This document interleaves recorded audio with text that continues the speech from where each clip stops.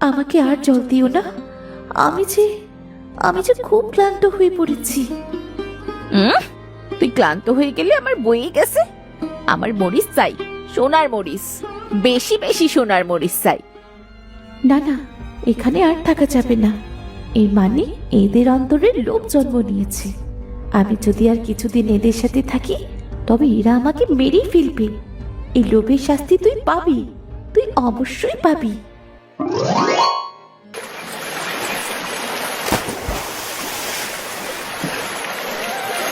কি জ্বালায় পড়লাম বলো তো।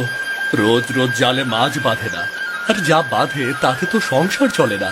ঘরে বউয়ের জ্বালা, বাইরে লোকে হাসাহাসি করে। দেখি আর কিছু সময় দেখি, আর কয়টা মাছ পেলে হাটে নিয়ে যাব। ভোলাপুর গ্রামে বাস করে রামু ও তার স্ত্রী।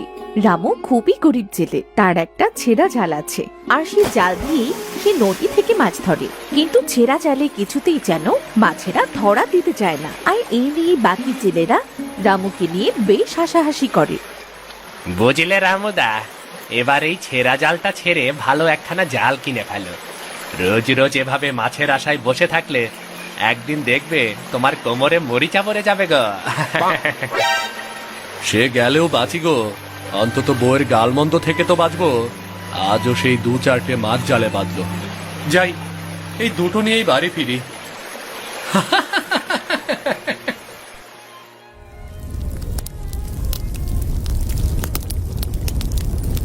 এ কি, তুমি আজও খালি হাতে ফিরলে? কি করবো বউ, সেই সকাল থেকে টাটকা রোদে পুড়ে নদীর ধারে বসে থাকি জালটা নিয়ে। কিছুতেই মাছ বাঁধে না, এতে আমার কি দোষ বলো তুমি? তা কি ঘন্টর ছেলে তুমি শুনি? সে রোজ রোজ মাছেরাও তোমাকে ফাঁকি দেয়? বলি একখানা ভালো জাল কিনে তো নদীতে মাছ ধরতে যেতে পারো নাকি? ওমা, জাল কিনবো, তা টাকা পাবো কোথায়? ভালো একটা জাল কিনতে হলে তো ভালো টাকারও দরকার, তাই না? কাজ করতে পারো না? কাজ করে কিনবে, দরকার হলে নিজের রক্ত বিক্রি করবে। সত্য সব আজগুবি কথা।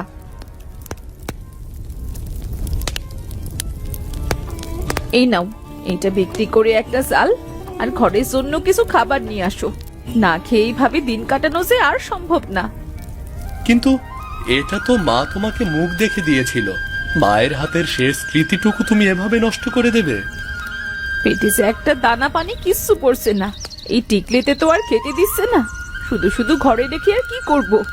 একটা কাজে লাগিয়ে যদি উপকার হয় তবে তোমার মাও খুশি হবে। বেশ বেশ বউ, আমি তাহলে এটা বিক্রি করে রেখে আসি। রামু টিকলিটি শ্যাকরার কাছে বিক্রি করে একটা জাল আর কিছু আনাজপাতি, কিছু মরিচের ও বেগুনের চারা কিনে বাড়ি ফিরে এলো। এ কি, তোমায় কি নিয়ে আসতে বললাম বাজার করে? তুমি সবজির সাথে বেগুন আর মরিচের চারা কেন আনলে? সব সময় তো হাতে টাকা পয়সা থাকে না, তাই ভাবলাম এগুলো লাগিয়ে দেব। টাকা হাতে পেলেই হয়? টাকা হাতে পেলে শুধু বাজে নষ্ট করার ধান্দা। আপত্তির ঘাড়ে সে কি দেখে বাবা মা চাপিয়ে দিয়েছিল কে জানে, কোনো মরদ নেই এর। ঠিকই বলেছ, এই নাও বউ, জালও এনেছি। উদ্ধার করেছো আমায়, একেবারে উদ্ধার করে দিয়েছো। সেই তো ঘরের জিনিস বিক্রি করে জালটা কিনে নিয়ে এলে, নিজের তো আর মরদ নেই। কি মুখরা বউ রে বাবা, বাবা রে বাবা, বাড়িতে টেকাই মুশকিল। যা তাও ভালো করে শুনতে পারিনি। পরের দিন সকাল সকাল রামু নদীতে যাবার জন্য ঘর থেকে জালটি নিয়ে বের হয়, আর তখনই পেছন থেকে এসে তার বউ ডাকে। হ্যাঁ, বের হলাম। ঝাড়ু কাঁধে কেন বউ? এভাবে কি দেখছো আমার দিকে? তোমাকে ছাড়তে আসেনি, মুখে ছাড়তে এসেছি। শোনো, নিজের শখের টিকলিটি বিক্রি করে তোমার জাল কিনে দিলাম। আজ যদি মাছ না নিয়ে বাড়ি ফেরো তবেই ঝাড়ু দিয়ে ছাড়বো। মাছ না নিয়ে বাড়ি ফিরবে না, এই বলে দিলাম। আচ্ছা বউ, তাহলে আমি গেলাম গো। কাল মহাজনকে বলে তো নৌকাটা ভাড়া নিলাম।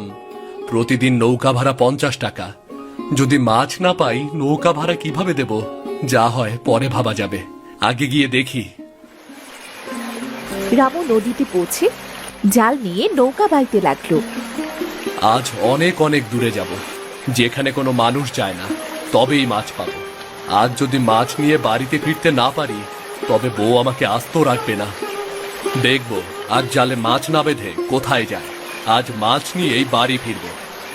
জালটি বরং এখানেই ফেলি।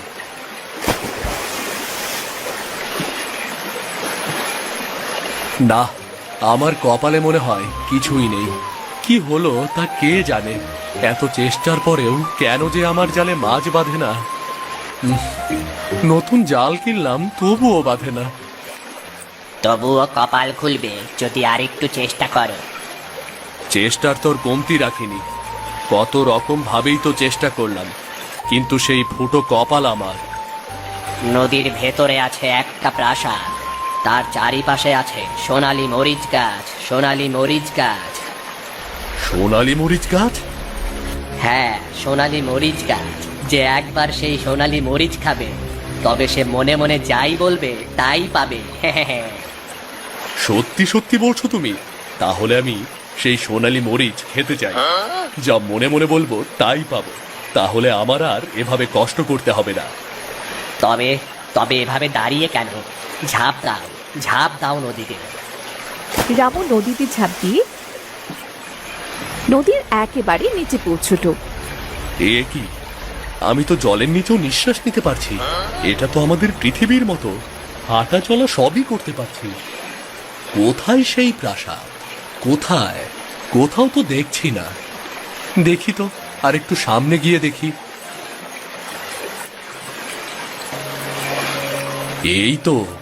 এই তো সেই প্রাসাদটি। মাছটির কথাই তো ঠিক। চারপাশে সোনালী মরিচগুলো কেমন চিকচিক করছে। আগে গিয়ে আমি একটা সোনালী মরিচ খেয়ে দেখি তো। আমাকে স্পর্শ করার আগে আমার দুটি প্রশ্নের উত্তর দাও, তারপর আমাকে স্পর্শ করো। প্রশ্নের উত্তর?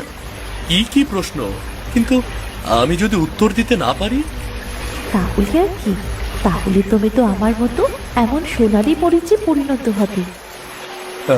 এটা কোনো কথা? আমার মতো বোকাশোকা একটা মানুষ কিনা দেবে এই প্রশ্নের উত্তর? সোনালী মরিচ খেতে এসে আমি তো নির্ঘাত সোনালী মরিচ হয়ে যাব। কি হলো, করবো নাকি প্রশ্ন? হ্যাঁ হ্যাঁ হ্যাঁ হ্যাঁ হ্যাঁ হ্যাঁ, করো করো। যা কখনো উঠছে না অথচ সেই দিনই আকাশে থাকি। উড়ে না অথচ আকাশে থাকে, সেটা? হ্যাঁ, সেটা হলো আকাশের চাঁদ। তুমি সঠিক উত্তর দিয়েছো। এবার পরের প্রশ্ন, যে নিজেকে ঝুলে অন্যকে আলো দেয়।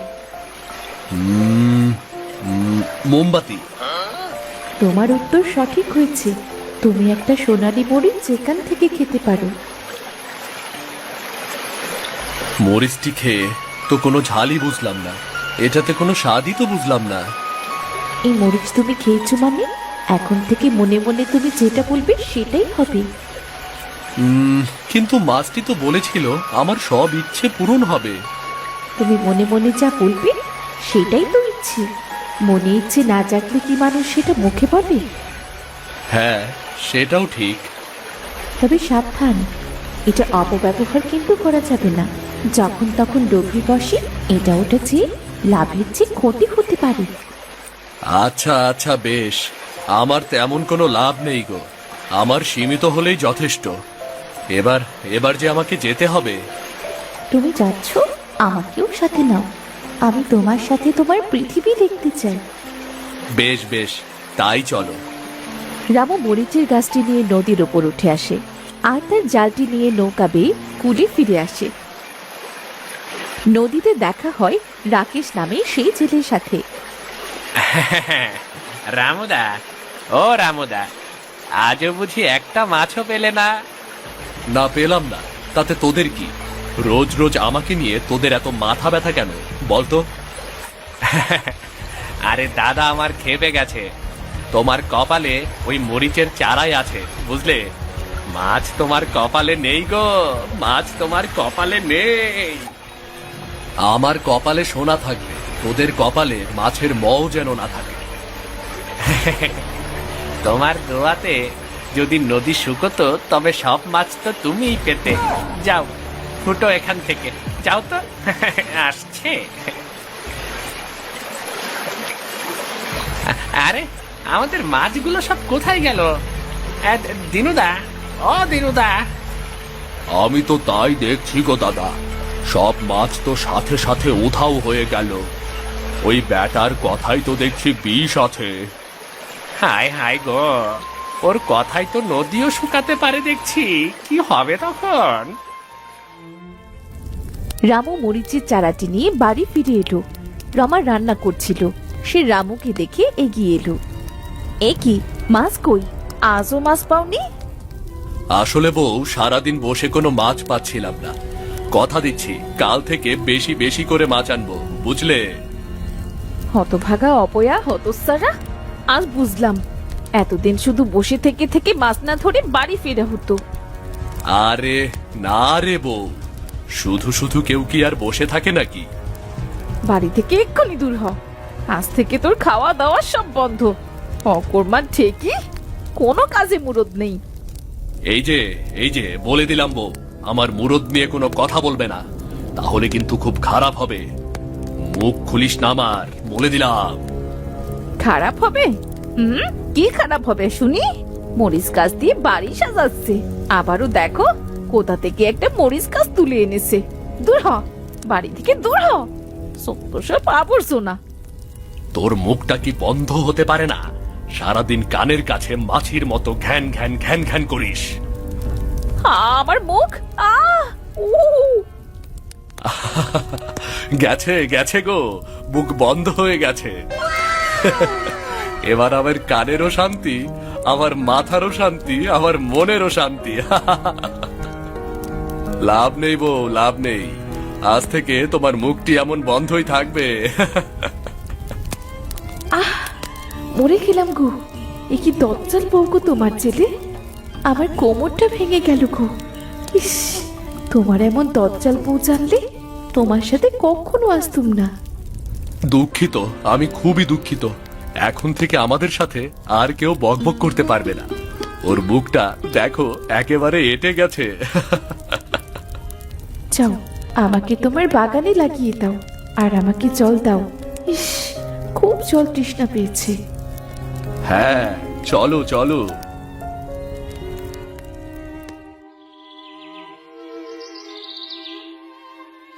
ব্যাস, এবার তুমি থাকো। আজ আমি একটু শান্তিভাবে বিশ্রাম নেই। কানের কাছে কোনো বক বক নেই।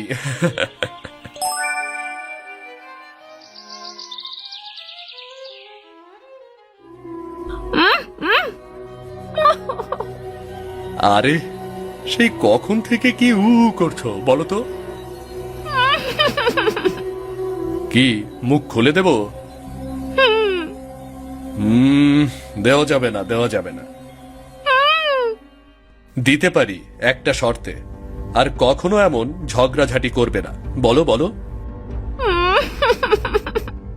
ঠিক আছে, এবার মনে হচ্ছে তুমি ভালো হয়ে গেছো। কথা বলো বউ, কথা বলো। আটকানো মুখ খুলে যাও। বাবা গো বাবা, আর একটুর জন্য দমটা বেরিয়ে যায়নি। তুমি কি গো, তোমার কথা এমন বিষ হলো কিভাবে? কিভাবে তোমার ওই মরিচ গাছ কথা বলছে? আরে আস্তে আস্তে, একটু দম নিয়ে কথা বলো। তবে আর যাই হোক, এখন থেকে সাবধানে কথা বলতে হবে। আমার কথাই তো সর্বনাশ দেখছি। ওমা, তাই নাকি? তাহলে চলো না, সোনালী মরিচ গাছটির সাথে আরেকটু দেখা করে আসি। তারা দুজন মিলে সোনালী মরিচ গাছের কাছে গিয়ে দেখল গাছে সোনার মরিচে পরিপূর্ণ হয়ে আছে। ওমা, এ তো সব সোনা। আরে না রে বউ, সব সোনা না, এই মরিচের রং সোনালি। না গো জেলে, এইসব সব সোনার মরিচ। তোমার পৃথিবীর জল খেতে পেয়ে আমার কাছে সোনালি মরিচগুলো সব সোনায় পরিণত হয়েছে। এ সোনা! আমার কাছে যত জল দেবে তত সোনার মরিচ পাবে। হোগো, মরিচগুলো তাড়াতাড়ি উঠাও, আর শ্যাকটার কাছে গিয়ে বিক্রি করে এসো। না গোগিন্নি না, আমাদের এখানে এই সোনা বিক্রি করা যাবে না। লোক জানাজানি হলে আমাদেরই ক্ষতি, বুঝলে? ঠিক আছে, ঠিক আছে গো, আরো কিছু সোনার মরিচ তুলে সব একসাথে শহরে বিক্রি করে এসো। তারা সোনালী মরিচ গাছে রোজ জল দিত আর গাছ থেকে সোনার মরিচ ছিটত। পরপর কিছুদিন সোনালী মরিচের গাছ থেকে সোনার মরিচগুলো তুলত। বউ, অনেকগুলো মরিচ হয়েছে কিন্তু এবার এগুলো নিয়ে তাহলে শহরে যাওয়া যাক, চলো। এত সোনা, আমার যেন চোখ চুরিয়ে যাচ্ছে, বুঝলে তো? আমার তো একেবারে চোখ চুরিয়ে যাচ্ছে। তুমি আজ এগুলো শহরে নিয়ে যাও, কালকের ভেতর ফিরে এসো। আস্তে আস্তে রামু সোনার মরিচ বিক্রি করে বাড়ি গাড়ি করলো, যেটা তারা সারা জীবনেও করতে পারত না। সে সব কিছু এখন তাদের হাতের নাগালেই ছিল। বুঝলে বউ, আমি ভেবেছি এই সোনার মরিচগুলো ছোটখাটো শেখরার কাছে বিক্রি না করে শহরে কোনো বড় পার্টির কাছে বিক্রি করব। সেটা ভালো মনে হয় সেটাই করো, তবে এইবার কিন্তু আমার একখানা সোনার পালঙ্ক গড়ে দিতে হবে। না না, শুধু শুধু সোনা আমি অপচয় করব না। এবার এই সোনাগুলো বিক্রি করে আমি গ্রামের মানুষকে সাহায্য করব। ওমা, গ্রামের মানুষের আবার কিসের অত অভাব পড়লো? কারো বাড়ির অভাব, কেউ কেউ টাকার অভাবে মেয়ে বিয়ে দিতে পারছে না, কারো খাদ্যের অভাব। সবাইকে সবাইকে আমি সাহায্য করব। এসেছে আমার দাতা, নিজের ঘরে ফুটো চাল, মানুষের ঘর সারাই করবার ইচ্ছে। কয়েকদিন পর রামু অনেকগুলো সোনার মরিচ একত্রিত করে শহরের উদ্দেশ্যে বেরিয়ে পড়ল। এদিকে রমা মনে মনে ফোন দিয়ে আসলো, আচ্ছা, আমি যদি এই সোনার মরিচ গাছে বেশি বেশি জল দিই তবে তো বেশি বেশি সোনার মরিচ হবে। একবার মরিচ তুলবো, আবার জল দিব, তারপর আবার মরিচ তুলবো, তারপর আবার জল দিব। এমন করে বেশি সোনার মরিচ নিয়ে আমি একটা সোনার পালঙ্ক গড়ব। ওকে বলা যাবে না, তাহলে তো কিছুতেই রাজি হবে না। এই তো সোনার মরিচ, এগুলো তুলে আমি তোমায় আবার জল দেব। যত জল দেব তত সোনার মরিচ পাবো। বেশ কয়েকবার জল দেবার পর সোনালী মরিচ গাছ ক্লান্ত হয়ে রমার কাছে অনুরোধ করে বলল, আমাকে আর জল দিও না, আমি যে খুব ক্লান্ত হয়ে পড়েছি।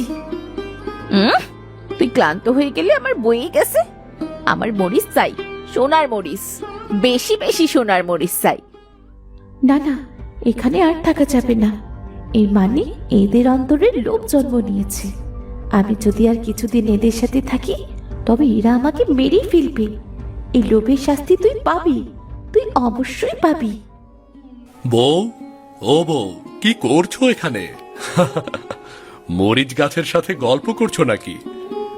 ইয়ে মানে, হ্যাঁ, তুমি বাড়িতে নেই, একা একা আর কি করব, তাই মরিচ গাছের সাথে গল্প করছিলাম। এই নাও বউ টাকা। দেখো কত টাকার সোনার মরিচ বিক্রি করেছি। সবই আমার এই মরিচ গাছের প্রতিদান। টাকাগুলো যত্ন করে রেখে দাও। আজ এত তাড়াতাড়ি ফিরলে যে? আর বলো না, শহরে যাবার সাথে সাথেই বড় পার্টি পেয়ে গেছি। তাদের সাথে সোনা বিক্রির কথা বলতেই তারা রাজি হয়ে গেল। এবার থেকে আমাদের বাড়িতে এসে সোনার মরিচ নিয়ে যাবে গো। খুব ভালো হবে, কষ্ট করে তোমাকে আর বাইরে যেতে হবে না।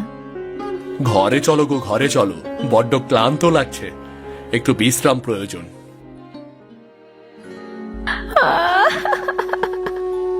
তোমার আবার কি হলো গো সোনালী মরিচ, কাঁদছো কেন? তোমাদের পৃথিবীর জল খেয়ে খেয়ে আমি বড্ড ক্লান্ত হয়ে পড়েছি। এবার আমার নদীর নোনা জল খেতে হবে, না হলে যে আমি আর শক্তি পাবো না। আমি শক্তি না পেরেছি তোমাদের সোনার মরিচ দিতে পারবো না। ওমা, এই কথা? আচ্ছা বেশ বেশ, তাহলে আমি তোমাকে এক্ষুনি নদীর জল এনে দিচ্ছি। না গো না, আমাকে নদীতে নিয়ে চলো। কিছু সময় নদীর জলে ডুবিয়ে রাখলে আমি আবারও আগের মতো শক্তি ফিরে পাবো। আচ্ছা বেশ, তাই চলো। তোমার বউ আমাকে তুলুক, কালকের পর থেকে তার সাথে আমার ভালো বন্ধুত্ব হয়েছে, আমাকে সেই নিয়ে যাক। আচ্ছা বেশ, তাই চলো। দুজনে মিলে মরিচ গাছটি তুলে নদীর জলে নিয়ে গেল।